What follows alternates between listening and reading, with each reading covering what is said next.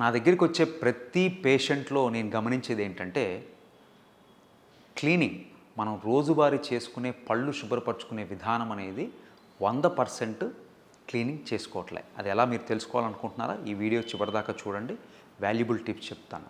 Hi, నేను మీ doctor Kiran Kumar Nagabandi dental hospitals. So నేను ప్రతి పేషెంట్లో గమనించేది ఏంటంటే, సార్ మేము పళ్ళు తోముకుంటున్నాం సార్, అయినా కూడా నాకు ప్రాబ్లమ్స్ ఎందుకు వస్తున్నాయి సార్ అని ఇలా అడుగుతుంటారు. సో నేను చెప్పేది ఏంటంటే, మీరు పళ్ళు శుభ్రం చేసుకున్నప్పుడు 100% శుభ్రం చేసుకుంటున్నారా? 100% శుభ్రం చేసుకోవడం ఏంటండి అంటే, మన పన్నుకి అన్ని సర్ఫేసెస్ ఉంటాయి. అంటే ఇటువైపు ఉంది, ఇటువైపు ఉంది, ఇటువైపు ఉంది, ఇటువైపు ఉంది. సో ఇటుపక్క మళ్ళీ అడ్జసెంట్ టీత్ పక్క పన్ను ఆనుకొని ఉంటుంది. సో ఈ అన్ని చోట్ల అంటే కనపడే వైపు కనపడని ప్లేసు మన బ్రష్ రీచ్ కావాలి. సో మనము దీంట్లో ఏంటంటే ప్రధానంగా మనం యూజ్ చేసే బ్రషింగ్ టెక్నిక్ అనేది చాలా ఇంపార్టెంట్. తర్వాత అన్ని టీత్ సర్ఫేసెస్ మన బ్రష్ రీచ్ కావడం అనేది చాలా ఇంపార్టెంట్. సో అన్ని టీత్ సర్ఫేసెస్ బ్రష్ రీచ్ కావాలి అంటే కాదు. ఎందుకంటే పంటికి మధ్యలో ఇట్లా స్ట్రాంగ్గా మనకి ఏ ఆహారం తిన్నప్పుడు పోకుండా ఉండేట్టుగా అతుక్కొని ఉన్నప్పుడు అక్కడ బ్రష్ బ్రిజిల్స్ పోలేవు. సో ఇక్కడికి పోవాలి అంటే డెంటల్ ఫ్లాస్ అని సపరేట్ దారం లాంటి ఒక బ్రష్ లాంటిది, అట్లా డెంటల్ ఫ్లాస్ అన్నమాట.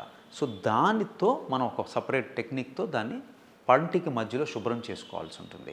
ఇది చేసుకున్నప్పుడు 40% ఆఫ్ అంటే మనం 32 పళ్ళలో బ్రష్ చేసుకున్న తర్వాత ఫ్లాస్ చేసుకోకపోతే 40% టీత్ సర్ఫేసెస్ రిమైన్ అన్క్లీన్డ్. అంటే ప్రతిసారి బ్రష్ చేసుకున్నప్పుడు వాటిని వదిలేస్తున్నాం. వాటిని వదిలేస్తే మనం ఆటోమేటిక్గా మన బ్యాక్టీరియాకి అక్కడ ఫుడ్ని వదిలేసినట్టే. ఆ ఫుడ్ని వదిలేస్తే దాని పని అది చేస్తుంది. సో కాబట్టి అక్కడ క్లీన్ చేసుకోవాలంటే డెంటల్ ఫ్లాస్ చేసుకోవాలి.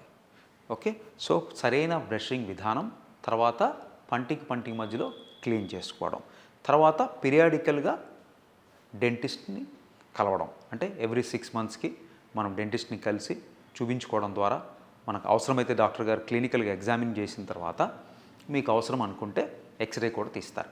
ఈ ఎక్స్రేలో మన కంటికి కనపడింది ఇనిషియల్ స్టేజ్లో ఏమైనా పుచ్చులు అవి ఉన్నా కూడా కనిపెడతారు. సో ఇనిషియల్గా అరికట్టడానికి అవకాశం ఉంటుంది. సో అండ్ దాంతోపాటు ఒకవేళ మీకు మీ శరీరతత్వాన్ని బట్టి, మీ ఫ్యామిలీ హిస్టరీని బట్టి, మీ నోట్లో మీరు పీరియాడికల్గా వెళ్తున్నప్పుడు మీరు ఎలా ఓరల్ హైజీన్ మెయింటైన్ చేస్తున్నారు, మీ నోటి శుభ్రత ఎలా ఉంది అనే దాన్ని బట్టి డాక్టర్ గారు ఒకవేళ మీకు అవసరమని భావించినట్లయితే మీకు మౌత్ వాష్ కూడా ఇస్తారు.